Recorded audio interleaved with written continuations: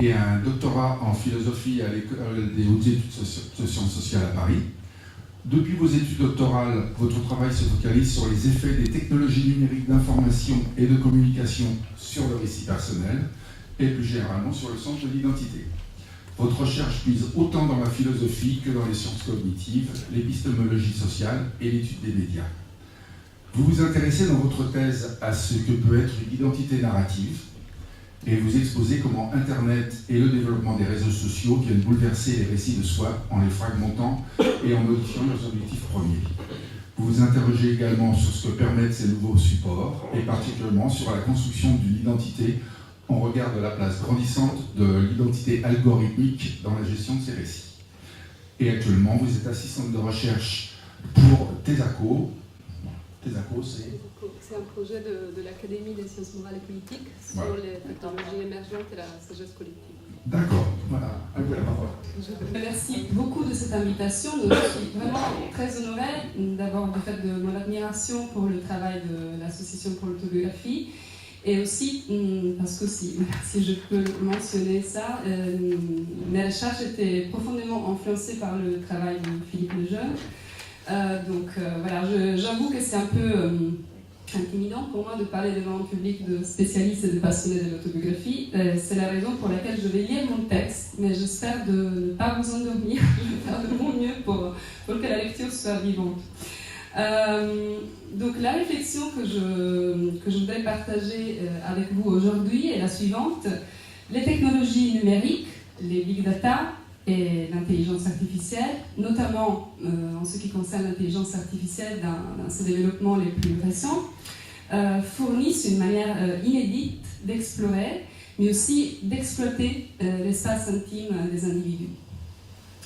Les réseaux sociaux numériques, notamment, sont devenus une source et aussi un immense répositoire de récits autobiographiques et d'activités partagées, à distance entre des individus qui se connaissent, mais aussi entre des inconnus.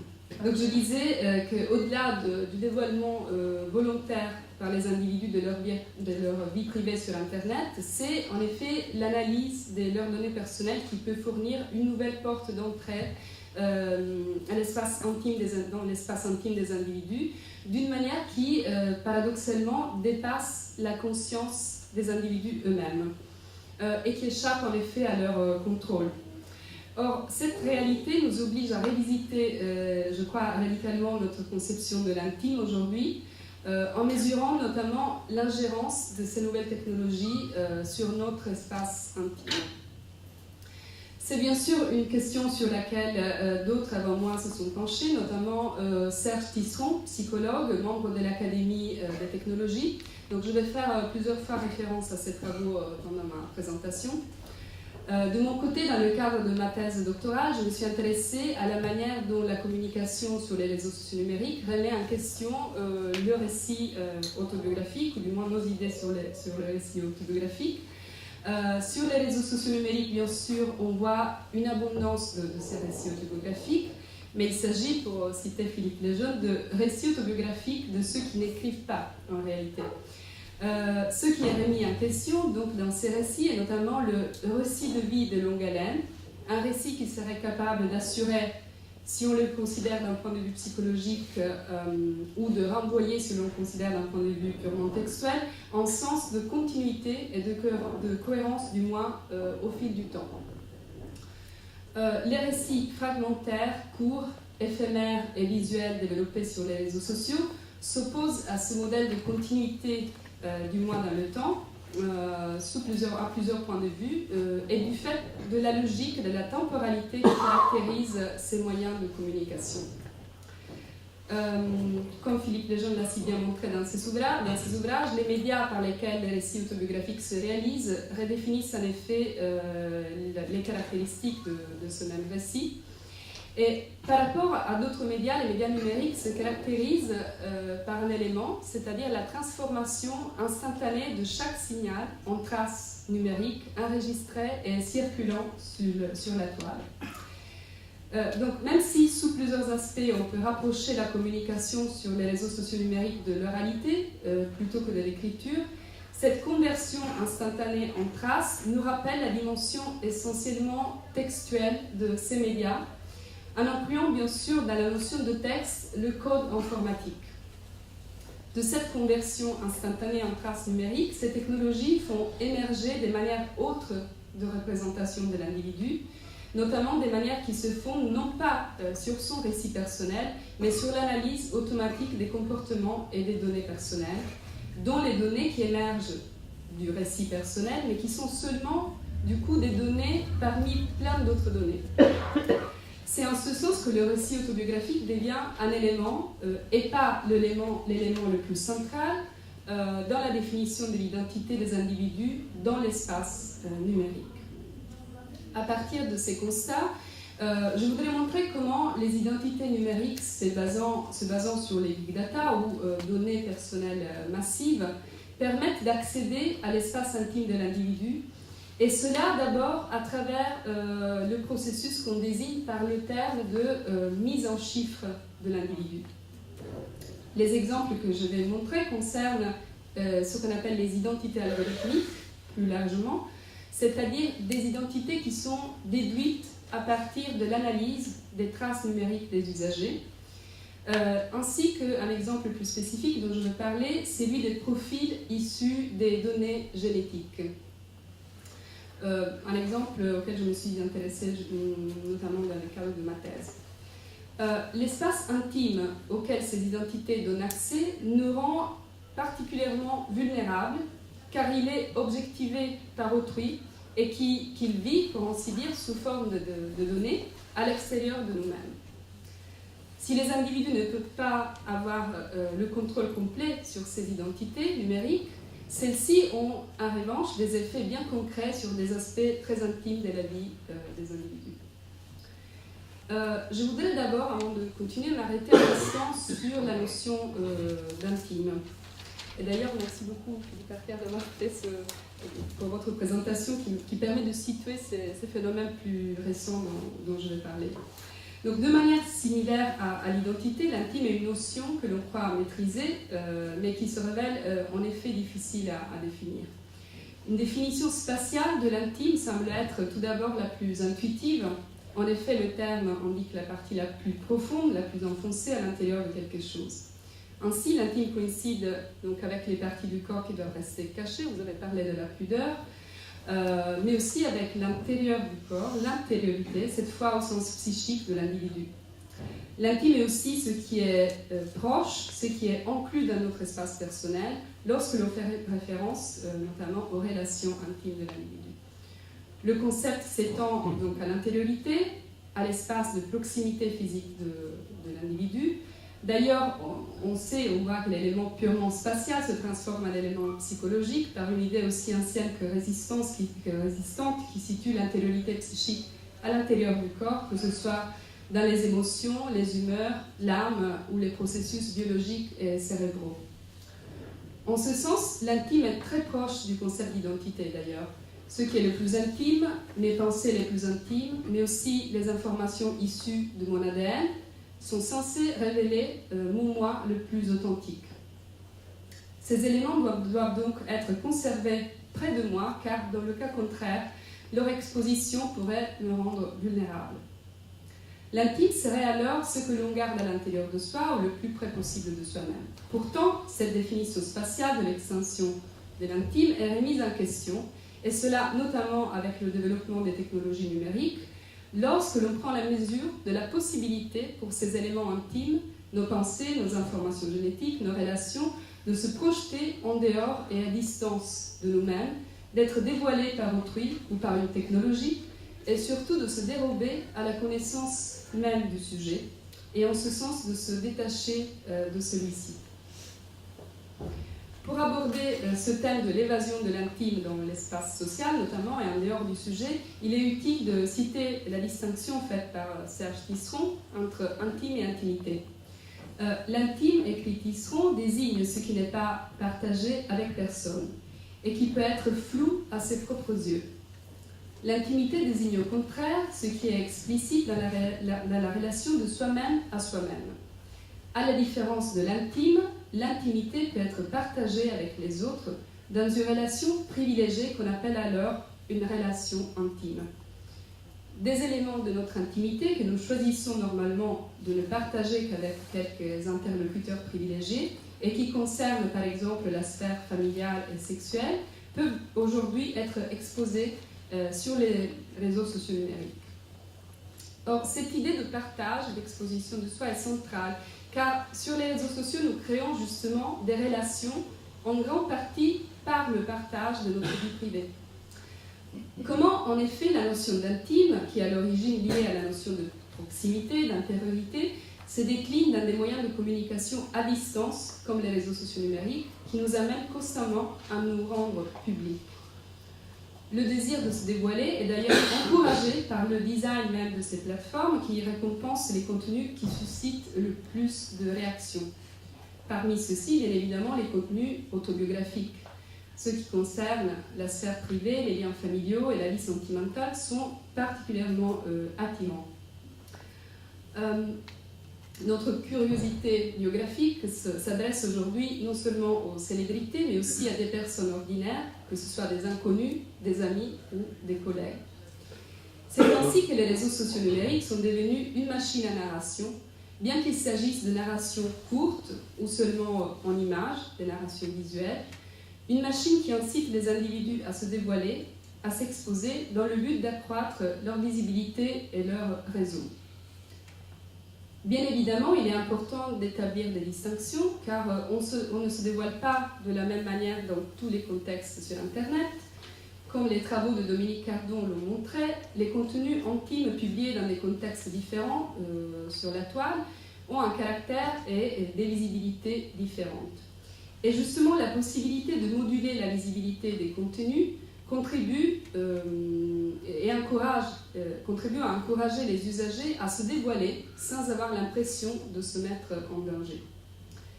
D'ailleurs, de l'autre côté, il faut se méfier de l'idée reçue selon laquelle les réseaux sociaux numériques nous amènent à un dévoilement total de soi-même. Cette idée de transparence fait aussi partie de la rhétorique des plateformes même. Par exemple, Mark Zuckerberg, le patron de Facebook, aujourd'hui appelé Meta, a souvent parlé de la vie privée comme d'une valeur désormais dépassée. Mais bien évidemment, ce que l'on peut ou ce que l'on ne peut pas partager de son intimité est bien codifié sur les réseaux sociaux numériques, tant par les normes écrites, par exemple le fait que les photos de certaines parties du corps soient systématiquement censurées par Facebook et Instagram, que par des normes non écrites et liées plutôt à l'usage ou au genre, si l'on peut dire, à la manière des genres littéraires que chaque réseau social représente. Pourtant, tout en gardant en tête les distinctions nécessaires, un élément commun se dégage, la distance physique. L'anonymat dans certains contextes, ou le fait de s'adresser à un public qui n'est pas notre entourage, la famille, les amis, etc., mais qui est un public plus large, parfois formé d'inconnus, encourage le partage d'éléments intimes. C'est un exemple que Serge Tisseron cite, ainsi que Dominique Cardon, le fait que parfois, sur Internet, nous sommes prêts à partager avec des inconnus des éléments intimes que nous ne partagerons pas avec les personnes faisant partie de notre sphère privée, comme notre partenaire ou notre famille. Il faut noter aussi que les médias numériques permettent aux individus isolés socialement, psychologiquement ou physiquement, de sortir de leur isolement en partageant leur intimité avec des individus distants et inconnus, avec lesquels ils établissent une connexion basée sur des principes différents de ceux de la simple proximité sociale ou physique. L'absence de l'embarras qui caractérise parfois la présence physique, ainsi que la possibilité de communiquer de manière asynchrone et d'interrompre et reprendre à n'importe quel moment la communication, peuvent aussi en effet encourager le partage de l'intime en ligne. On peut penser d'ailleurs à la diffusion des consultations psychologiques en ligne par messagerie aussi, à travers des applications, ou à l'exemple des échanges privés sur des services de messagerie comme par exemple WhatsApp, où des aspects très intimes de la vie des individus sont partagés en continu. Le partage de l'intimité en ligne répond à un besoin psychologique que Serge Tisseron appelle le désir d'extimité. Ce terme met en lumière le mouvement qui pousse chacun à mettre en avant une partie de sa vie intime et privée, autant physique que mentale, dans le but, je cite, non pas seulement d'exprimer certains éléments de sa vie, mais aussi de se les approprier en les intériorisant sur un autre mode grâce aux échanges qu'il suscite avec ses proches. Un exemple de ce type de partage de la vie privée est celui des usagers les plus actifs sur les réseaux sociaux qui racontent leur vie dans un flux de communication qui ne peut plus être défini de quotidien, mais plutôt de permanent.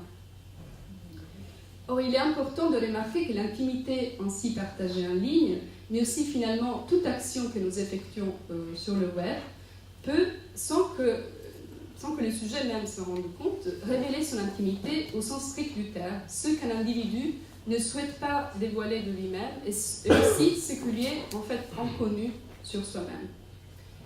Pour expliquer cela, gardons à l'esprit ces éléments que j'ai évoqués, donc le fait que les moyens de communication à distance nous encouragent quelque part à nous dévoiler, le fait que les traces que nous créons ainsi sont contingentes, puisqu'elles sont issues d'un flux de communication continu, mais qu'elles sont en même temps persistantes, car elles sont enregistrées automatiquement et qu'elles continuent de circuler en ligne.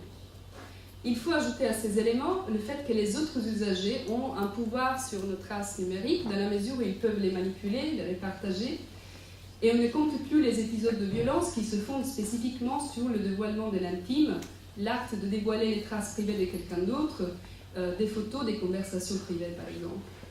C'est en ce sens que les technologies numériques mettent notre espace intime en danger, et cela à cause des spécificités des objets numériques, c'est-à-dire la possibilité de les manipuler et de les décontextualiser, et la perméabilité entre un canal et l'autre. J'en viens donc à ma conclusion concernant les identités algorithmiques et le dévoilement d'un espace intime inconnu au sujet même. Donc, une étape ultérieure par rapport au phénomène que j'ai jusqu'ici évoqué est représentée par le fait que les traces personnelles sont stockées, analysées, exploitées par des entités, notamment les plateformes numériques ou des tiers, qui en tirent une connaissance sur nous-mêmes. Cette connaissance peut prendre la forme d'une identité algorithmique. La mise en chiffre des individus, le fait de transformer tout leur comportement, par exemple les achats ou les recherches sur Internet, en données mesurables et échangeables. Donc cette possibilité est combinée à la puissance de calcul et à la possibilité de comparer en fait des masses de données pour en sortir un profil qui révélerait des éléments de l'identité de l'individu, dont les préférences sexuelles et les opinions politiques par exemple, et qui serait capable de prédire ses comportements et ses désirs. Donc la personnalisation des contenus en ligne, tous les contenus que nous recevons sur Internet se basent sur ces profils algorithmiques qui est issu de l'analyse automatique de nos traces personnelles.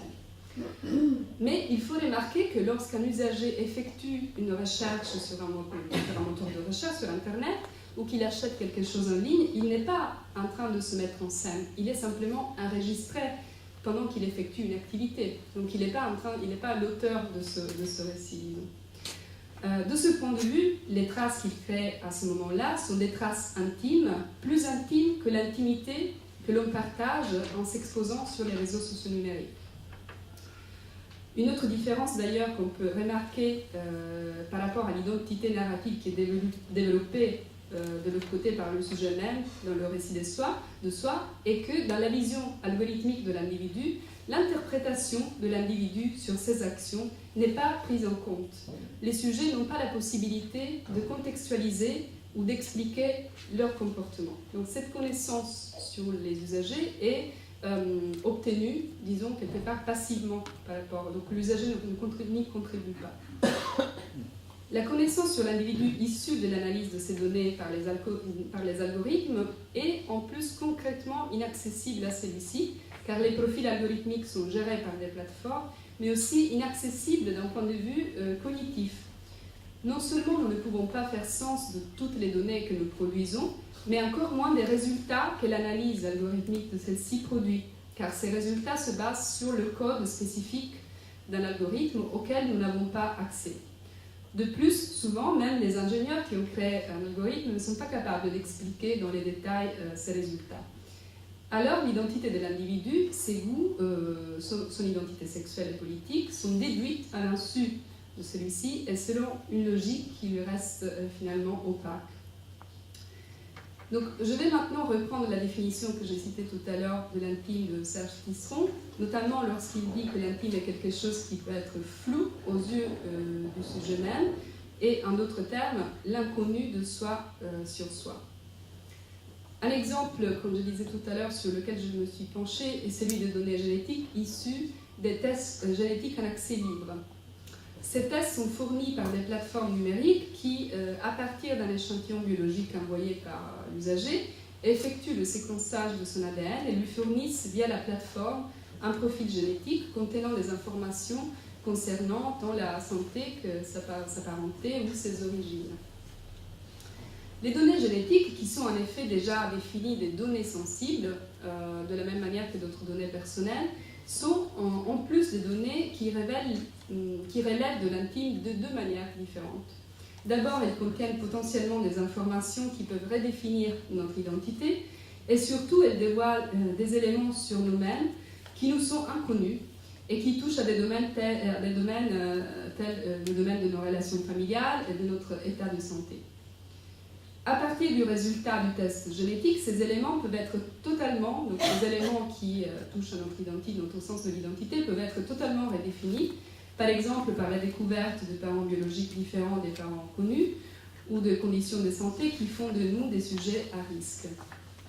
De plus, si, de manière semblable à d'autres données personnelles numériques, il n'est pas toujours clair comment et par qui elles seront exploitées, un élément qui est vraiment spécifique aux données génétiques est qu'elles donnent lieu à des identités ouvertes, car notre profil génétique peut constamment être mis à jour par la plateforme au fur et à mesure que d'autres individus effectuent le test. Les données d'autrui vont en effet modifier la connaissance issue de nos propres données. Dans le cadre de ma recherche, j'ai observé un phénomène récurrent. Après la réception des résultats du test génétique, certains usagers partagent des narrations personnelles sur les réseaux sociaux numériques dans le but de renégocier leur identité publiquement après une découverte qui les a perturbés. Par exemple, ils mentionnent l'histoire de leurs parents, l'histoire de la recherche d'un proche, des secrets de famille, ainsi que des photos de leur famille. On voit dans ces récits personnels à quel point cette forme de mise en chiffre de l'individu par le test génétique est entrelacée avec la dimension autobiographique et intime de l'individu, notamment en dévoilant ce que l'individu ne connaît pas de lui-même, sa partie la plus intime. Le risque est que ces données et leur caractère intime soient banalisés et qu'un élément important soit négligé par les utilisateurs, le fait que si à un moment présent les données génétiques peuvent ne rien révéler de surprenant ou d'intime, elles le pourraient plus tard du fait que les profils génétiques sont mis à jour sur la base de nouvelles données acquises par la plateforme. Avant de terminer, je voudrais mentionner un exemple similaire qui découle des technologies de lecture automatique des émotions par l'analyse des expressions faciales de l'individu, par les mouvements oculaires et par le ton de la voix. Cette analyse donne lieu à des données émotionnelles qui, une fois analysées, peuvent, ou du moins peuvent essayer, en fait, des technologies peuvent à partir de ces données deviner l'état d'âme ou l'état de santé des individus. Les contenus que nous recevrons en ligne vont probablement de plus en plus être basés sur ces technologies qui essaient de se glisser dans l'espace mental des individus. Je ne vais pas m'attarder sur cet exemple, mais juste le signaler comme un nouveau terrain d'étude où l'intime, entendu comme espace intérieur de l'individu et comme espace de liberté aussi, est redéfini par sa mise en chiffre et par la mise en chiffre des individus et par l'analyse de ces données par les machines. Pour conclure, les données personnelles et plus spécifiquement les données génétiques et émotionnelles constituent une source d'information sur l'intime de l'individu, une information qui a la spécificité d'être créée passivement par les actions des individus en ligne et pas par un dévoilement volontaire de leur intimité. Il s'agit d'un intime, pour ainsi dire, externalisé, qui est donc susceptible d'être contrôlé par autrui et qui rend, de ce point de vue, les individus encore plus vulnérables et manipulables. Merci de votre attention.